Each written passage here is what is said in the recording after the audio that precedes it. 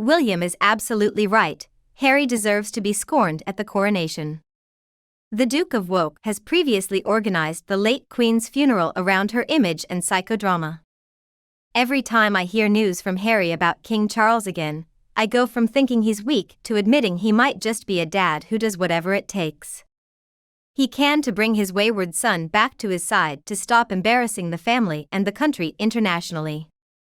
But what I am doing is the determination of the heir to the throne, Prince William, to pay a brief tribute to Harry the Duke on his next coronation visit. Harry will have to take care of his older brother's sudden silence. There will be no talk of reconciliation between the brothers and certainly not even the public or private apology that Harry and Meghan were asking for until a few weeks ago. So the strategy behind William Frost, whom Harry has described as his nemesis and backup, is twofold.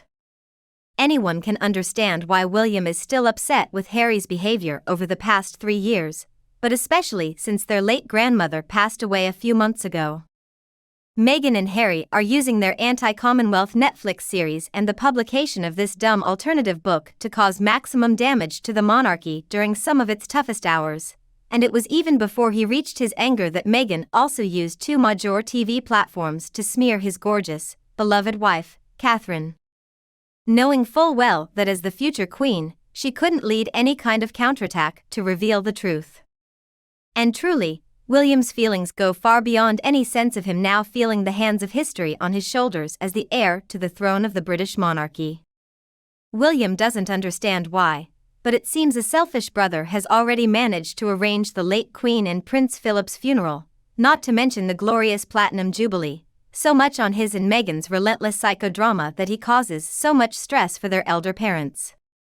But not this walk. William is convinced that the focus should be solely on his father as he has already been crowned King Charles III. Now, as tragic as all of this sounds, it means there is a real risk that PR will accept a simple conversation with Harry, even if it's just a pleasant conversation. Indeed, the trust between senior members of the royal family and Meghan and Harry has been completely destroyed. They can no longer have either because they fear information will be leaked to the American media with a negative or unfair twist to further damage the monarchy. Recently, it has become a reality that Harry has no problem circumventing the established American media to use their toxic family business to make more money for him, and Meghan, who really hit the nail on the head with the shock and horror of royal courtiers at Harry's disgusting decision to include verbatim quotes from the anointed king. And Harry only did it to make his book a bit more dramatic so far. During important family times, William did his best to put his feelings aside, at least in public. Notably, there was a tense appearance at Kensington Palace to unveil the statue of their late mother, Princess Diana, and then the public walk the two couples took together outside Windsor Castle, which Catherine reportedly described as one of the hardest to do according to a recent book by top royal author Robert Jobs. At each of these occasions, we understand why William feels like the goodwill has just been thrown back at him as William tries to make peace. Meghan and Harry are busy trying to create more headlines for the intense feud, and this time he is determined not to fall into the same trap again. It seems the stakes are too high. Now at first William and his team feared the former Hollywood mattress actress' presence alongside Harry at the coronation would provide a major distraction, with real concerns the couple's time in London would overshadow the king with a public appearance to illustrate the brand awakening they are desperate enough to impose on the royal family. However, even though the king made peace after a phone call with Harry, it was time for William and Catherine. Keep taking risks when it comes to Meghan and Harry. No more putting your reputation at risk again. Harry and Meghan wanted to be the stars of the coronation. They wanted good suits, they wanted to participate in the procession. They wanted to be up there on the balcony with the rest of the royal family. They wanted these photos to be seen around the world and also expected a happy birthday song for Archie to fit into the public celebrations somewhere. They wanted recognition not only for themselves, but also for their invisible children. I mean, their demands are just ridiculous. Every olive branch of the royal family was thrown back in the face with such brutality. It could just be the two of them because they want to cause the most disruption.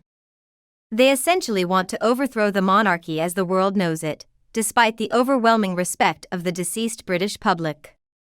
The truth is, Harry and Meghan don't want Charles and William to succeed in their jobs. Elizabethan reinvention of the royal family. Instead, they just want to undermine the incredible UK traditions they are no longer a part of. We now have sympathy for King's plight because he is a loving father. But I think it's William and Catherine who best understand Meghan and Harry's mindset. It's time to stop indulging their egos and realize there's nothing to be gained from give in to their demands and have discussions. Official apologies to Meghan. The only thing that will keep Meghan and Harry in business in Hollywood is their closeness to the royal family. I'm afraid they've lost the right to it, and so have I, a pharaoh. This liberal Hollywood actress who was one of their biggest offenders admits she's tired of Meghan and Harry. We need to know it's game over, so no, I wouldn't say it's cruel at all. It's strategically the best thing he can do to defeat Harry and Meghan's ridiculous dismantling of the monarchy. They actually deserve much worse than that.